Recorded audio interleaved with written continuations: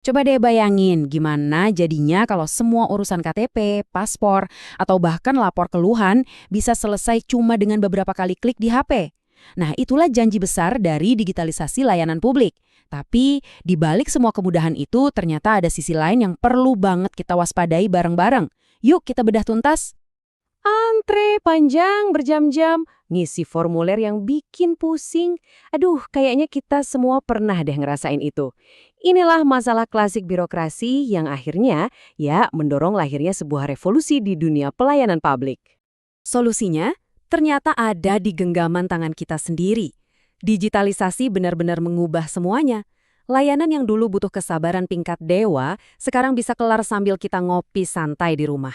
Ini bukan lagi sekedar jalan pintas loh, tapi ini adalah peta baru tentang bagaimana seharusnya pemerintah melayani warganya. Oke, jadi apa aja sih janji-janji manis yang ditawarkan sama era digital ini? Mari kita lihat lebih dalam. Kita masuk ke bagian pertama, janji digital. Nah, ini yang penting banget buat kita pahami ya. Digitalisasi itu bukan sekadar bikin aplikasi baru atau ganti komputer. Bukan. Ini adalah perubahan fundamental cara kerja pemerintah. Tujuannya cuma satu, menciptakan sistem yang lebih cepat, lebih efisien, dan yang paling penting, lebih adil buat kita semua. Manfaatnya? Wah, luar biasa.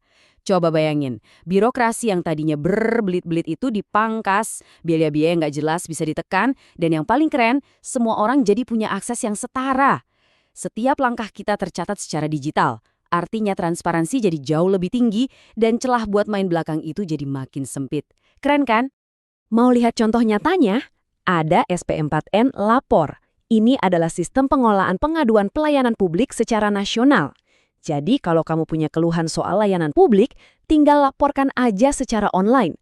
Laporan kamu bakal terdokumentasi dengan baik dan perkembangannya bisa dipantau. Nah, inilah yang namanya akuntabilitas di era digital. Siapa di sini yang masih ingat repotnya ngurus paspor zaman dulu? Sekarang kan udah ada yang paspor. Daftar dan jadwalin antrian bisa dari mana aja, kapan aja. Waktu tunggu yang panjang dan melelahkan itu, ya sekarang tinggal kenangan. Ini bukti nyata kalau efisiensi itu sekarang ada di genggaman kita. Bahkan, di sektor kesehatan pun kita bisa lihat dampaknya. Lewat telemedicine, kita bisa konsultasi dengan dokter langsung dari rumah. Ini jelas ngebantu banget, terutama buat mereka yang lokasinya jauh atau sulit bepergian. Dampak digitalisasi ini benar-benar terasa di berbagai aspek kehidupan kita. Tapi tunggu dulu. Seperti koin yang selalu punya dua sisi, kemudahan digital ini juga datang dengan risikonya sendiri. Digitalisasi itu bukan tongkat sihir yang bisa menyelesaikan semua masalah. Kalau kita nggak hati-hati, ini bisa jadi bumerang. Yuk kita kenali jebakan-jebakan apa aja yang harus kita waspadai. Ya, teknologi itu ibarat pedang bermata dua. Kuncinya bukan buat menghindar, tapi kita harus paham betul risikonya supaya kita bisa siap menghadapinya.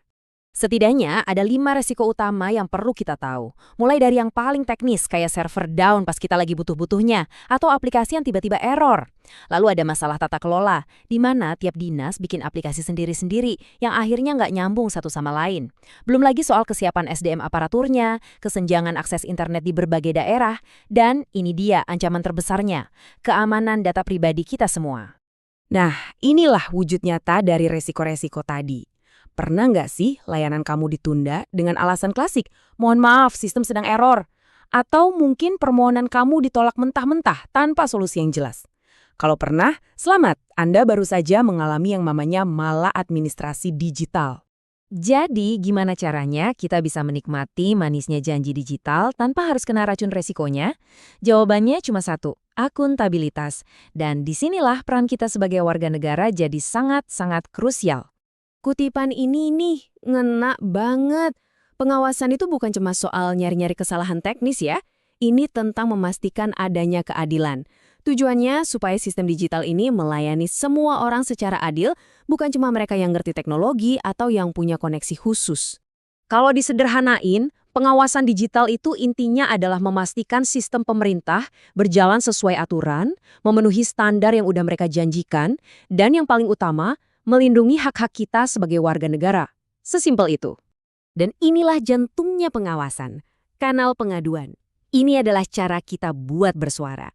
Saat laporan kita didengarkan, diproses, dan ditindaklanjuti, nah saat itulah pemerintah bisa dibilang benar-benar bertanggung jawab.